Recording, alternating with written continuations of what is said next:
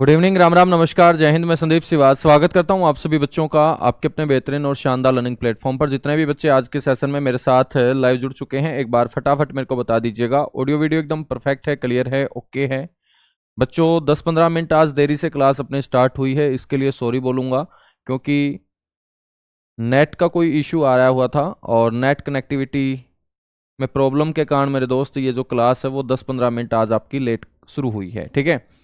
और संडे के दिन भी आपकी क्लास होगी। जो आपकी कल क्लास नहीं हो पाई थी बच्चों, उस क्लास को हम संडे के दिन करेंगे, ठीक है। तो कोई भी छुट्टी अब लेंगे नहीं, लगातार आप लोगों की जो क्लास है वो करवा के आपका सिलेबस बच्चों कंप्लीट करवाया जाएगा। आज हम स्टार्ट कर रहे हैं वर्ल्ड ज्योग्राफी। और वर्ल्ड ज्योग्राफी के अंदर पहला ही टॉपिक ऐसा है बच्चों जो हर एग्जाम के अंदर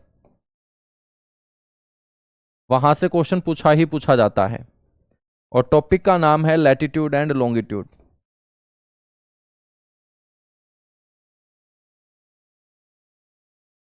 लैटिट्यूड एंड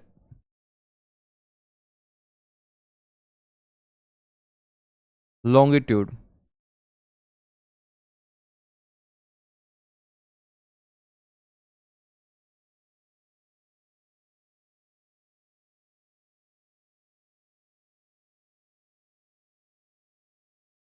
अक्षांश व देशांतर।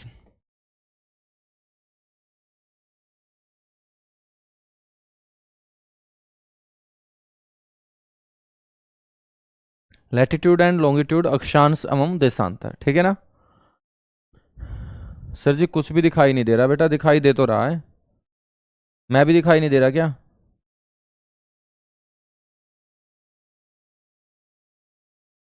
है बच्चों?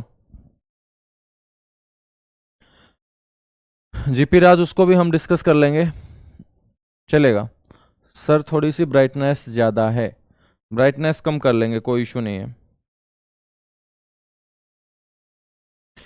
मैं आपसे पूछूं कि क्या होता है अक्षांश, क्या होता है देशांतर, तो आप लोगों ने ग्लोब और मानचित्र के ऊपर बहुत सारी रेखाओं को बच्चों लेफ्ट हैंड से राइट हैंड की तरफ देखा होगा। ये सारी की सारी रेखाएं जो लेफ्ट हैंड से राइट हैंड की तरफ जाती है, इन्हीं रेखाओं को हम क्या बोलते हैं बच्चों? लैटिट्यूड बोलते हैं, अक्षांश बोलते हैं। तो आपने बहुत सारी रेखाओं को ग्लोब और मानचित्र के ऊपर बच्चों इस तरीके से जो लेफ्ट हैंड से राइट हैंड की तरफ और राइट हैंड से लेफ्ट हैंड की तरफ जाती हुई नजर आएंगी, इन सारी की सारी रेखाओं को हम क्या बोलते हैं? अक्षांश बोलते हैं,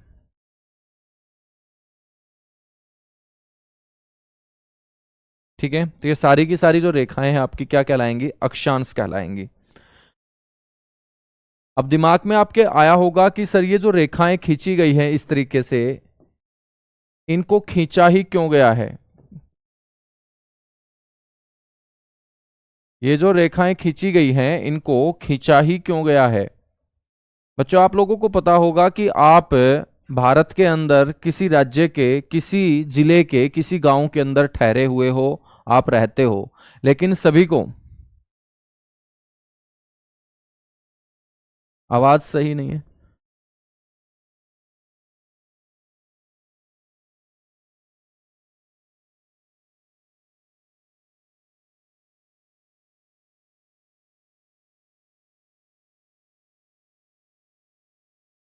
सर जी ब्राइटनेस एक बार सारे के सारे बच्चे बताइएगा, क्या इतनी है ब्राइटनेस कि हमें क्लास को ऑफ करना पड़े, या बच्चों आप काम चला लोगे? एक बार मेरे को बताओ। यदि बिल्कुल ही आपको कुछ दिखाई नहीं दे रहा, फिर तो मेरे को क्लास को ऑफ करना पड़ेगा।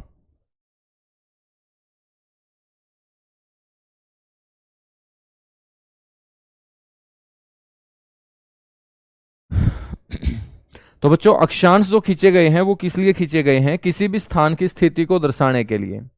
तो अक्षांशों के खींचे जाने के पीछे जो उद्देश्य होगा वो क्या होगा कि कोई भी स्थान है उसकी स्थिति को यदि अपने को धरती के ऊपर दिखाना है, दर्शाना है,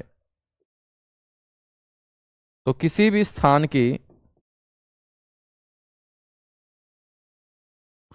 स्थिति को दर्शाने के लिए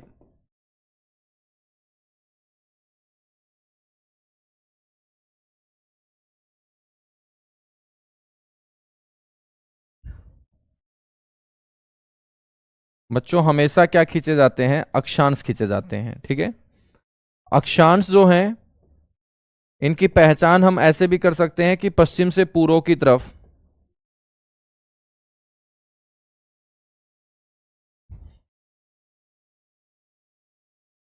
पश्चिम से पूर्व की तरफ खींची जाने वाली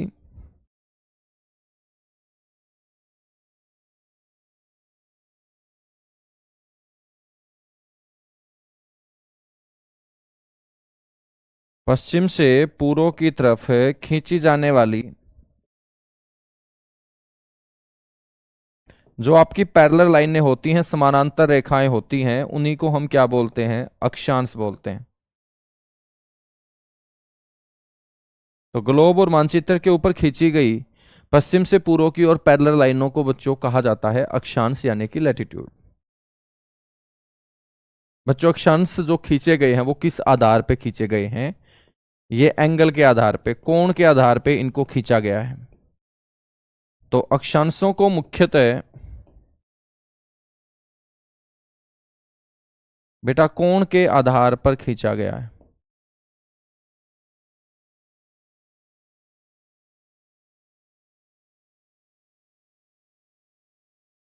कोण के आधार पर, ठीक है। अब सर कोण के आधार पे कैसे खींचा गया है, मान के चलिएगा बेटा कि ये हमारी पृथ्वी है। यदि ये हमारी पृथ्वी है तो ये हमारी पृथ्वी का क्या होगा, सेंटर होगा। ये हमारी पृथ्वी का क्या होगा, सेंटर होगा। और यदि ये हमारी पृथ्वी का सेंटर है तो हमारी पृथ्वी के सेंटर के ठीक सामने मैं एक आदमी खड़ा कर देता हूं। कोई भी एक आदमी जो पृथ्वी के सेंटर के ठीक सामने खड़ा होगा, बच्चों मैं आपसे पूछूं कि ये सेंटर के साथ कितने डिग्री का एंगल बनाएगा, तो आप बोलोगे कि सर एंगल ये कुछ नहीं बनाएगा, 0 डिग्री का एंगल बनेगा। क्योंकि एंगल तो तब बनेगा जब ये सेंटर से थोड़ा बहुत ऊपर नीचे हिलेगा, और ये ऊपर नीचे हिल नहीं रहा है, ये सेंटर के बिल्कुल ठीक सामने है। और सेंटर के बिल्कुल ठीक सामने पाए जाने के कारण बच्चों हम बोल देंगे कि ये आदमी 0 डिग्री एंगल पे है। कितने डिग्री एंगल पे है, 0 डिग्री एंगल पे है। ठीक है ना। मान के चलिएगा बेटा कि इसके ठीक ऊपर एक आदमी यहां पर है, ठीक है। और ये आदमी जो है इसको भी हम सेंटर से देखेंगे कि ये कितने डिग्री एंगल पे है।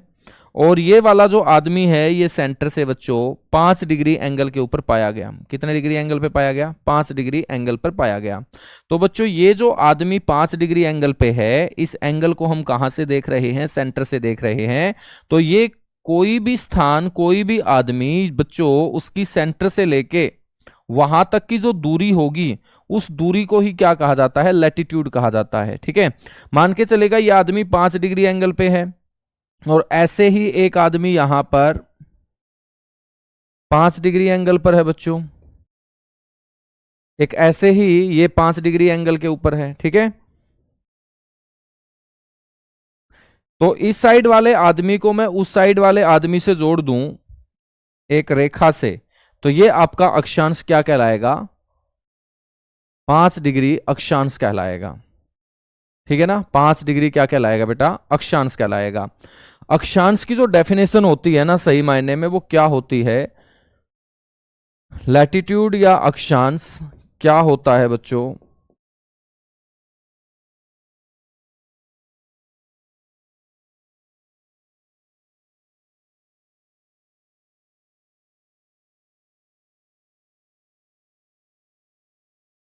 पृथ्वी के केंद्र से,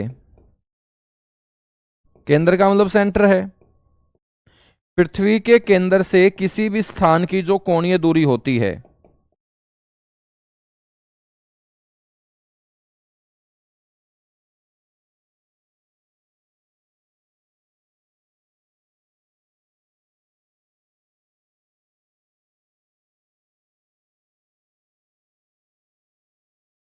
बच्चों पृथ्वी के केंद्र से किसी भी स्थान की जो कोणीय दूरी होगी, या इंग्लिश में हम बोलेंगे angular distance from centre of earth,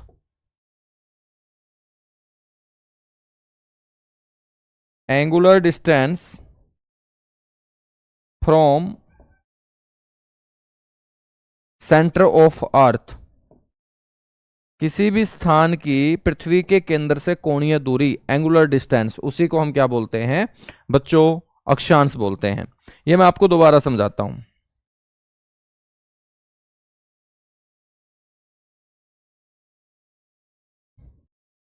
कि किस तरीके से अक्षांश खींचे गए हैं। मान के चलेगा ये हमारी पृथ्वी है और ये पृथ्वी का सेंटर है और हम ये पृथ्वी का 1/4 पार्ट उठा रहे हैं। सिर्फ हम पृथ्वी का ये 1/4 भाग उठा रहे हैं बच्चों। यदि हम पृथ्वी का सिर्फ ये 1/4 भाग उठा रहे हैं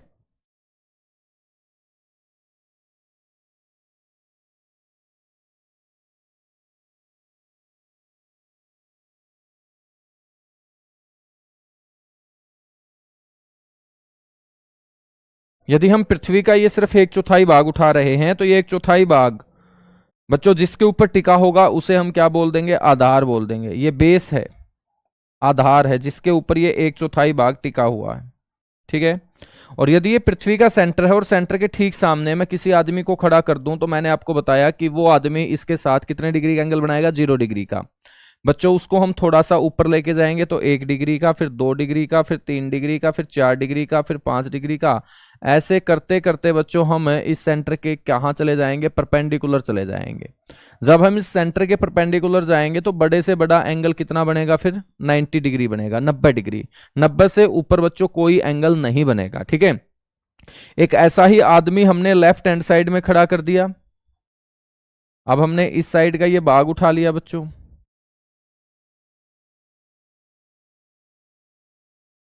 अब हमने इस साइड एक आदमी खड़ा कर दिया और मैंने आपसे पूछा कि ये सेंटर के साथ कितने डिग्री का एंगल बनाएगा, तो आप बोलेंगे सर ये भी 0 डिग्री का बनाएगा, क्योंकि एंगल तो तब बनेगा जब थोड़ा बहुत ऊपर नीचे हिलेगा। जब ये 0 डिग्री का बनाएगा तो इसके ऊपर फिर 1 degree, 2 degree, 3 degree, 4 degree, 5 degree करते करते बच्चों ये आदमी भी बिल्कुल कहां चला जाएगा, परपेंडिकुलर। तो चाहे हम राइट हैंड साइड से जाएं चाहे हम लेफ्ट हैंड साइड से जाएं, बड़े से बड़ा एंगल जो बनेगा बच्चों वो 90 डिग्री बनेगा। क्या बनेगा, 90 डिग्री बनेगा, ठीक है ना। जब बड़े से बड़ा एंगल 90 डिग्री ऊपर की तरफ बनेगा तो नीचे की तरफ भी बच्चों हम बड़े से बड़ा एंगल जो देखेंगे वो कितने डिग्री का देखेंगे, 90 डिग्री का ही देखेंगे, 90 डिग्री का। बच्चों ऊपर की तरफ जब 90 डिग्री बड़े से बड़ा एंगल है तो ऊपर की तरफ अक्षांश कितने होंगे, 90 डिग्री। नीचे की तरफ भी अक्षांश कितने होंगे, 90। तो 90 और 90 कितने हुए, 180। और एक अक्षांश क्या होगा, 0 डिग्री। तो बच्चों टोटल नंबर ऑफ जो लैटिट्यूड होंगे, कुल अक्षांशों की जो संख्या होगी ना वो कितनी होगी, ये आपको ध्यान रखना है, 181 होगी, ठीक है। तो आपसे कोई पूछ ले कि अक्षांशों की जो कुल संख्या होती है वो कितनी होती है,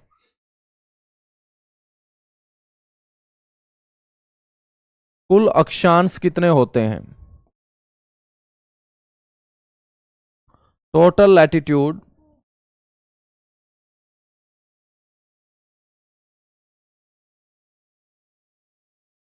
बच्चों वो होते हैं 181, 181, ठीक है।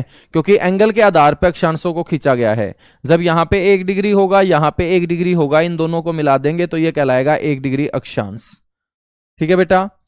जब ऊपर की तरफ 2 डिग्री होगा, इस साइड भी 2 डिग्री होगा, दोनों को मिला देंगे, ये बन जाएगा 2 डिग्री अक्षांश।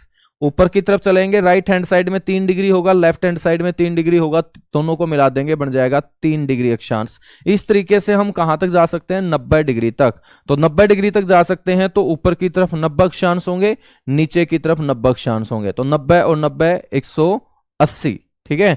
और एक बीच से गुजर रहा है 0 डिग्री, तो बच्चों हम इनको जोड़ देंगे तो ये हो जाएंगे 181। तो याद रखिएगा 90 उत्तरी गोलार्ध में, 90 दक्षिणी गोलार्ध में और एक जो सेंटर से गुजर रहा है। तो इस तरीके से बच्चों कुल अक्षांश होते हैं 181। आपसे पूछ ले कि कुल अक्षांश 181 होते हैं तो कुल अक्षांश रेखाएं कितनी होती हैं, रेखाएं।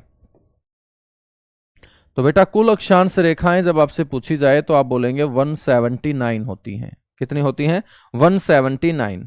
सर जी ये 179 क्यों होती हैं, क्योंकि बच्चों रेखा का मतलब क्या होता है, मैं आपसे पूछूं कि क्या होती है लाइन, तो आपको बोलना है कि दो बिंदुओं को मिलाने वाली को हम क्या बोलते हैं बच्चों, रेखा बोलते हैं, लाइन बोलते हैं। लेकिन जब हम देखते हैं कि ऊपर की तरफ जाते हैं तो 90 डिग्री सिर्फ एक पॉइंट है, नीचे की तरफ भी हम देखते हैं तो 90 डिग्री सिर्फ एक पॉइंट है, लेकिन बच्चों सिर्फ एक पॉइंट तो रेखा नहीं बना सकता। रेखा हमेशा दो बिंदुओं को मिलाने वाली को बोलेंगे। तो जब 90 डिग्री सिर्फ एक पॉइंट है तो इसको हम लैटिट्यूड लाइन में काउंट नहीं करेंगे, और ये 90 डिग्री भी सिर्फ एक पॉइंट है तो बच्चों इसको भी हम लैटिट्यूड लाइन में काउंट नहीं करेंगे। इस तरीके से 181 में से बच्चों एक 90 डिग्री ये और एक 90 डिग्री ये दोनों के दोनों माइनस होके अक्षांश रेखाओं की जो संख्या हो जाएगी वो कितनी हो जाएगी? 179 हो जाएगी। क्या हो जाएगी? 179। तो कुल अक्षांश रेखाएं होती हैं 179, अक्षांश होते हैं मेरे दोस्त 181। हम बात करेंगे कि मुख्य अक्षांश कितने होते हैं, मेन लैटिट्यूड कितने हैं बच्चों?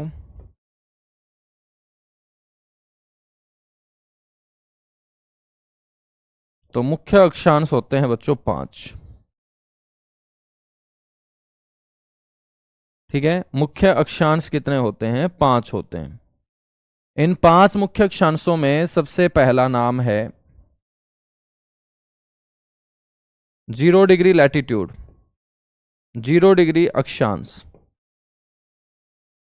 और इसी 0 डिग्री अक्षांश को हम बोलते हैं भूमध्य रेखा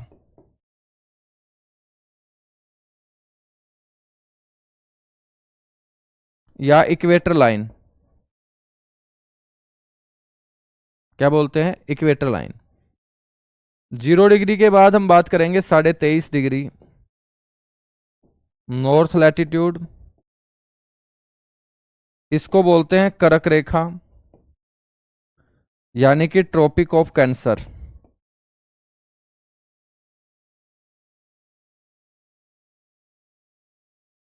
ठीक है बच्चों, 23.5 डिग्री यदि नॉर्थ में है तो 23.5 डिग्री साउथ में भी होगा।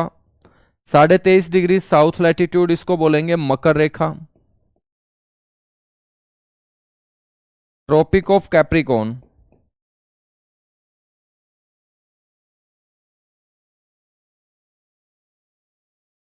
ठीक है, इसके बाद हम बात करेंगे 66.5 डिग्री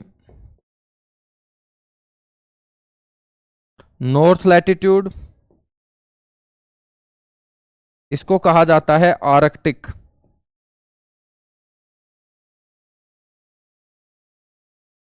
और बेटा 66.5 डिग्री साउथ लैटिट्यूड,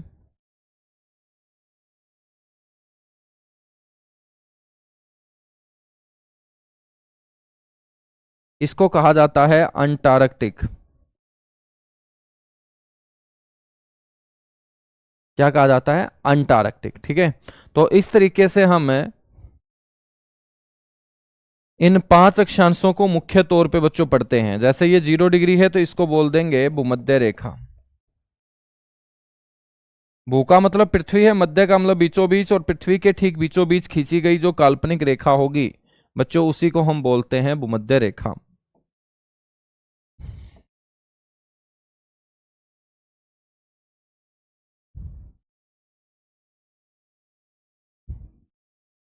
ये 23.5 डिग्री नॉर्थ लैटिट्यूड होगा, इसको हम बोलते हैं कर्क रेखा, ट्रॉपिक ऑफ कैंसर। बच्चों उत्तरी गोलार्ध में 23.5 है तो दक्षिणी गोलार्ध में भी 23.5 का एंगल होगा। और 23.5 डिग्री साउथ लैटिट्यूड को हम बोलते हैं मकर रेखा। कौन सी रेखा? मकर रेखा।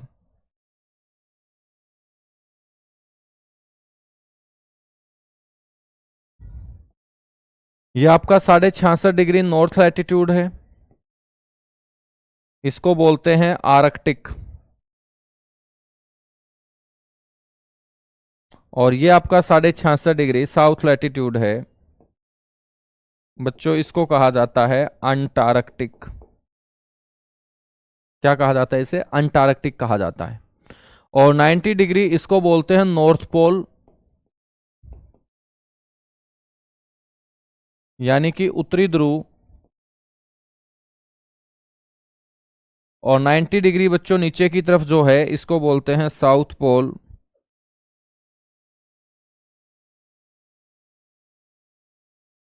यानी कि दक्षिणी ध्रुव।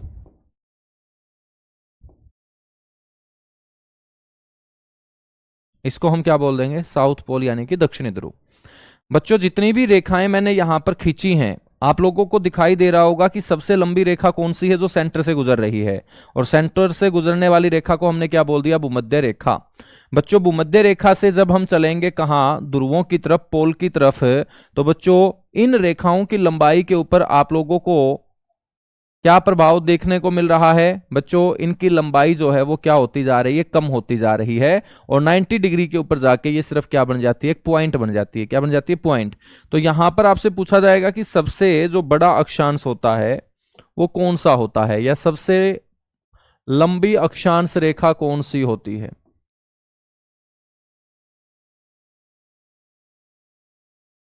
सबसे लंबी अक्षांश रेखा, तो सबसे लंबी अक्षांश रेखा होगी बच्चों इक्वेटर लाइन।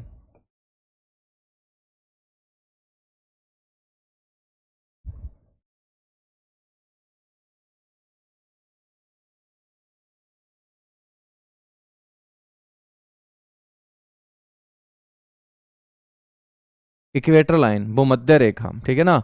तो सबसे लंबी जो अक्षांश रेखा होगी ना वो क्या होगी, इक्वेटर लाइन होगी, भूमध्य रेखा होगी।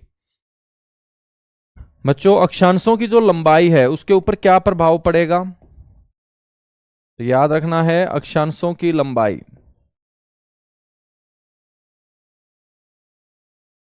बच्चों जब भी हम चलेंगे भूमध्य रेखा से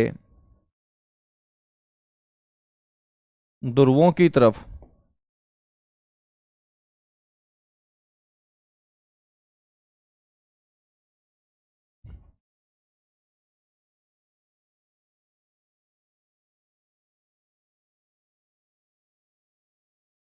भूमध्य रेखा से जब ध्रुवों की तरफ चलेंगे तो बच्चों अक्षांशों की लंबाई क्या होगी, कम होगी, या हम बोलेंगे घटेगी,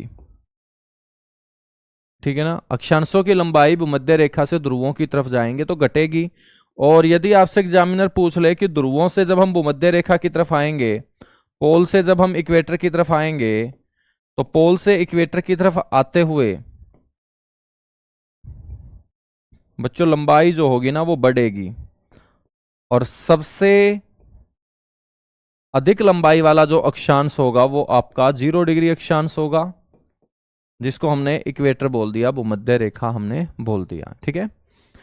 बच्चों अक्षांश जो होते हैं ना वो हमेशा पैरेलल खींचे जाते हैं। अब यहां पर लंबाई यदि घट बढ़ रही है तो इसका मतलब अक्षांशों की लंबाई एक समान नहीं होती है। अक्षांश जो हैं ये पैरेलल खींचे जाते हैं, समानांतर। इनके बीच का जो गैप होगा बच्चों वो हमेशा क्या होगा, सेम होगा। तो अक्षांश जो है वो समानांतर खींचे जाते हैं,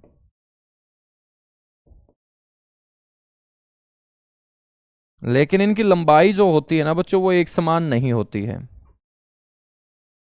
लंबाई एक समान नहीं होती है, तभी तो हमने बच्चों लंबाई के ऊपर प्रभाव देखा है कि जब हम इक्वेटर से पोल की तरफ आते हैं, पोल से इक्वेटर की तरफ जाते हैं, तो इनकी लंबाई घट रही है, बढ़ रही है। तो अक्षांशों की जो लंबाई होती है ना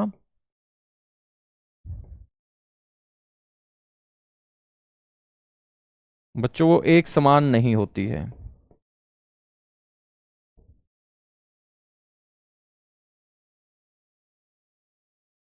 तो अक्षांशों की लंबाई बेटा एक समान नहीं होती है। अक्षांशों के बीच का जो गैप होता है,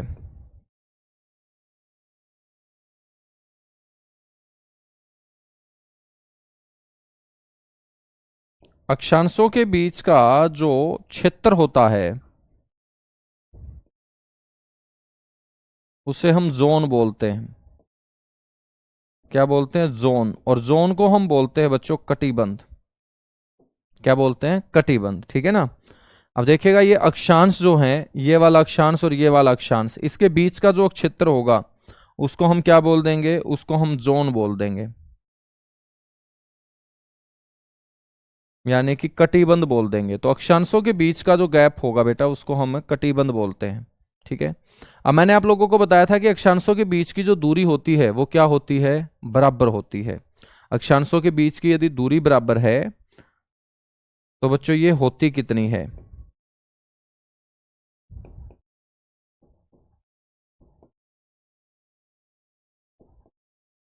अक्षांशों के बीच की जो दूरी होगी बच्चों वो एक समान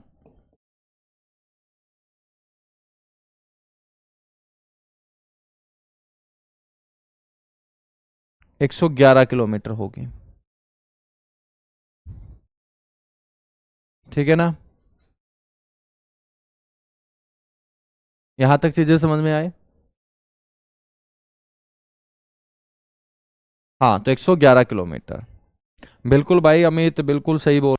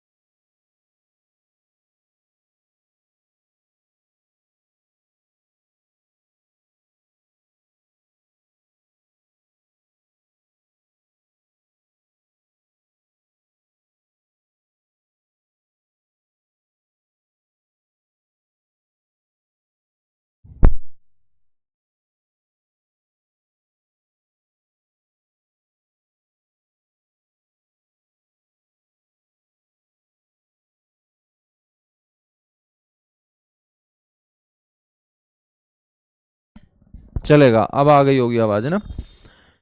तो आपको ध्यान रखना है, 0 डिग्री अक्षांश भूमध्य रेखा जो है बेटा, ये पृथ्वी को दो बराबर भागों में बांटती है, सबसे लंबी रेखा है। और सूर्य वर्ष में दो बार परपेंडिकुलर पाया जाता है, कौन सी रेखा के ऊपर? भूमध्य रेखा के ऊपर। और ये जो 2 दिन होते हैं ये कौन से होते हैं? एक तो मैंने आप लोगों को बताया 21 मार्च, और एक मैंने आपको बताया 23 सितंबर। तो 21 मार्च और 23 सितंबर को सूर्य का इस रेखा के ऊपर परपेंडिकुलर पाया जाना मेरे दोस्त दिन और रात को क्या कर देता है, बराबर कर देता है। तो 21 मार्च और 23 सितंबर जो है ये ऐसे 2 दिन होते हैं जब बच्चों 12 घंटे प्रकाश और 12 घंटे क्या रहेगा, पृथ्वी के ऊपर अंधेरा रहेगा। बच्चों प्रकाश को यहां दिन बोला जा रहा है, अंधेरे को यहां रात बोला जा रहा है। तो दिन और रात बराबर जो होते हैं बच्चों, वो एक साल में कौन से 2 दिन होते हैं, 21 मार्च और 23 सितंबर। और 21 मार्च और 23 सितंबर को दिन और रात बराबर क्यों होते हैं, क्योंकि इस भूमध्य रेखा के ऊपर सूर्य बच्चों इन्हीं 2 दिन परपेंडिकुलर लंबवत पाया जाता है। दिन और रात का बराबर पाया जाना बच्चों ज्योग्राफी के अंदर एक घटना होती है, और इसी घटना को हम बोलते हैं इक्विनॉक्स। इक्विनॉक्स, इक्विनॉक्स को हम क्या बोलेंगे हिंदी में, विषु बोलेंगे। क्या बोलेंगे, विषु। ठीक है ना। तो आपसे क्वेश्चन पूछा जाएगा कि इक्विनॉक्स की जो घटना होती है, इक्विनॉक्स की जो घटना होती है वो कौन सी रेखा पर। तो बच्चों विषु की जो घटना है,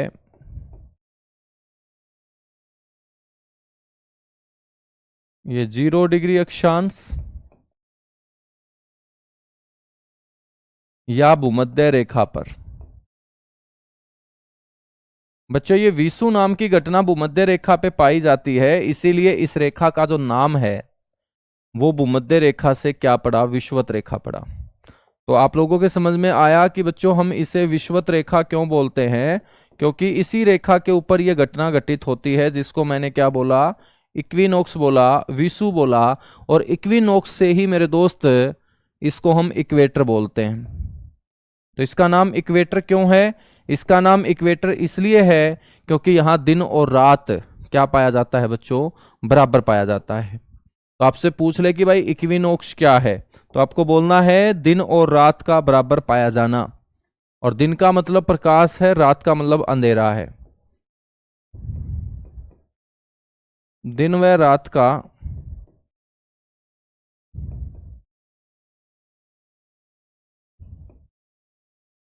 बराबर पाया जाना। ठीक है। तो दिन और रात का बराबर पाया जाना ही क्या कहलाता है, इक्विनॉक्स कहलाता है। ठीक है ना, बहुत बढ़िया। तो यहां तक चीजें क्लियर हुई। बेटा भूमध्य रेखा जो है ना, ये विश्व के कौन कौन से देशों से गुजरती है इसके बारे में हम चर्चा करेंगे।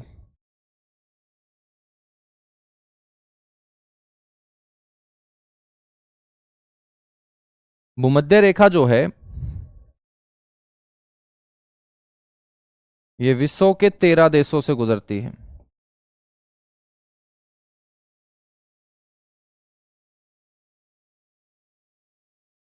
ठीक है। साथ की साथ हम बात करें बेटा कितने महाद्वीप से, सर जी 3 महाद्वीप से गुजरती है। ठीक है। और हम बात करें तो कौन कौन से महासागर से गुजरती है बेटा ये, तो सर जी 3 महासागरों से गुजरती है। तो ये विश्व के 13 देश जो अभी मैं आपको बताऊंगा ये 3 महाद्वीपों के होंगे। ये 3 महाद्वीप कौन से होंगे, एक होगा नॉर्थ अमेरिका, उत्तरी अमेरिका। बच्चों एक होगा अफ्रीका,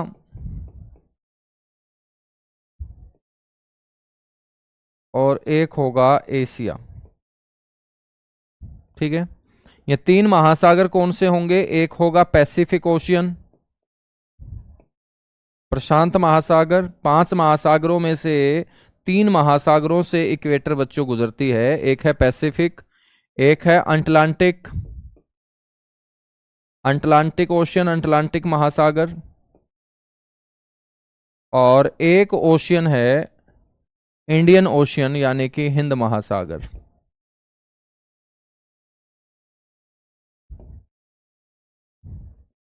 हिंद महासागर। ठीक है।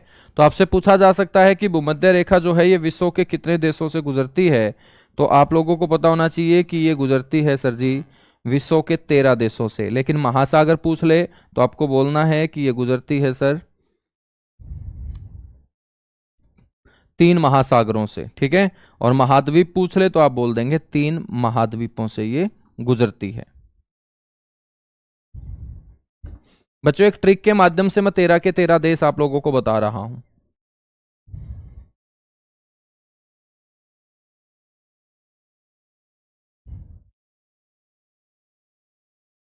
और वो ट्रिक क्या है? वो ट्रिक आपको ध्यान रखनी है जहां से ये गुजरती है 13 देशों से।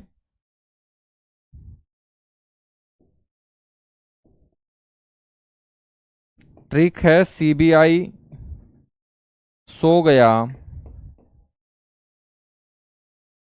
काका की कमाई से।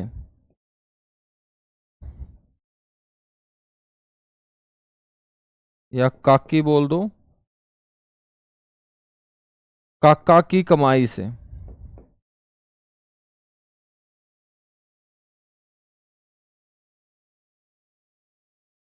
तो याद रखना है बेटा, सीबीआई सो गया काका की कमाई से। सी से आपका बनेगा क्या? कोलंबिया। तो सी से बनेगा कौन सा देश? कोलंबिया देश, ठीक है ना। तो मैं आपको ये 13 के 13 देश बता रहा हूं। सी से बनेगा कोलंबिया।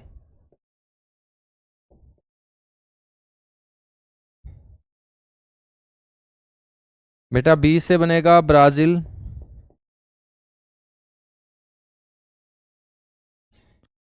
आई से बनेगा इक्वाडोर। इक्वाडोर। ये तीनों के तीनों जो देश हैं,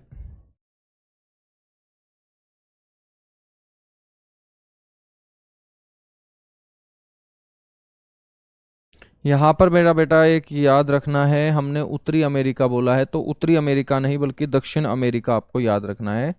क्योंकि ये तीनों के तीनों जो देश हैं बेटा ये उत्तरी अमेरिका के नहीं है, ठीक है ना। उत्तरी अमेरिका से हम पढ़ेंगे कर्क रेखा। तो आपको ध्यान रखना है ये साउथ अमेरिका होगा। 3 महाद्वीप कौन से होंगे? साउथ अमेरिका, अफ्रीका और एशिया। तो कोलंबिया, ब्राजील और इक्वाडोर जो होंगे ये साउथ अमेरिका के देश हैं। क्योंकि ब्राजील आप लोगों ने पढ़ा सुना आपने, जहां पर बच्चों ओलंपिक भी खेले गए, तो ये आपका साउथ अमेरिका का क्या है? देश है, ठीक है ना। यहां पे सो से याद रखना है आप लोगों को सोमालिया।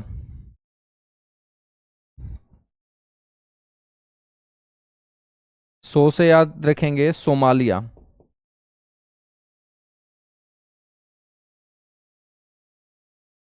बच्चों गै से याद रखेंगे गैबन।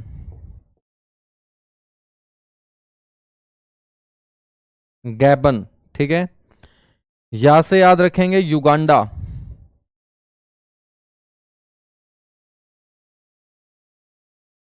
या से क्या याद रखेंगे? युगांडा। बच्चों ये आपकी कौन सी कंट्री है? अफ्रीकन कंट्री है। कैसे याद रखेंगे? कांगो गणराज्य। कांगो गणराज्य। नेक्स्ट कैसे याद रखेंगे बच्चों? कांगो लोकतांत्रिक। कांगो डेमोक्रेटिक या हम बोल देंगे लोकतांत्रिक। कांगो लोकतांत्रिक, ठीक है। नेक्स्ट कैसे मेरे दोस्त आप लोगों का बनेगा? किरीबाती। अगला जो कै है इससे बनेगा किरीबाती। किरीबाती, ठीक है। एक बीच में ये कै और बच गया है।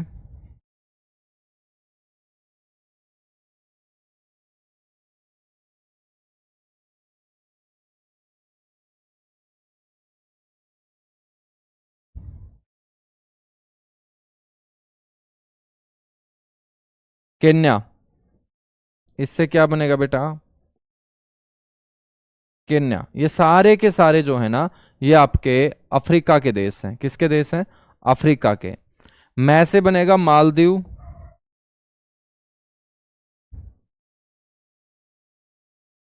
मैं से क्या बनेगा? मालदीव। बच्चों ई से बनेगा इंडोनेशिया। इनको कल मैं जो है ना आप लोगों को मैप के ऊपर भी दिखाऊंगा कि ये कहाँ कहाँ से गुजरती है। सारे के सारे देश हम देखेंगे मैप के ऊपर, ठीक है ना। सारे के सारे जो है बच्चों वो हम किस पे देखेंगे, मैप के ऊपर देख लेंगे, है ना। एक बनेगा आपका Sao Tom and Prinsep, Sao Tom and Prinsep,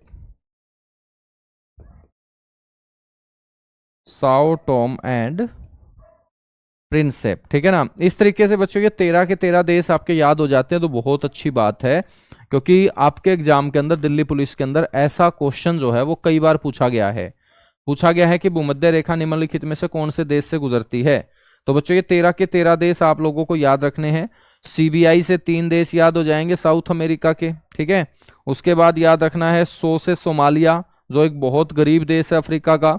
गै से गैबन, या से युगांडा, बच्चों कैसे कांगो गणराज्य, एक कांगो गणराज्य है जिसको हम रिपब्लिक, कांगो रिपब्लिक और कांगो डेमोक्रेटिक दोनों आप लोगों को याद रखने हैं। तो कांगो रिपब्लिक, कांगो डेमोक्रेटिक। उसके बाद की से किरीबाती है, ठीक है ना, की से किरीबाती है। कैसे मेरे दोस्त केन्या है, केन्या भी अफ्रीकन कंट्री है। मैं से मालदीव, ये अपना एशिया महाद्वीप का देश होगा, मालदीव जो अपने भारत का पड़ोसी है। ई से इंडोनेशिया बच्चों, ये भी अपना एशिया महाद्वीप का ही देश है। और साओ टोम एंड प्रिंसेप, ये भी अफ्रीकन कंट्री है, साओ टोम एंड प्रिंसेप, ठीक है ना। तो इस तरीके से मेरे दोस्त भूमध्य रेखा के बारे में आप लोगों को मैंने बता दिया। आज क्लास थोड़ी सी लेट स्टार्ट हुई थी, संडे के दिन आप लोगों की क्लास होगी, और अब वर्ल्ड ज्योग्राफी जो है वो बहुत जल्दी आपकी कंप्लीट हो जाएगी, ठीक है ना। तो जितने भी टॉपिक हैं वर्ल्ड ज्योग्राफी के सारे टॉपिक्स हम कवर कर लेंगे जो अपने एग्जाम के लिए बड़े इंपॉर्टेंट हैं।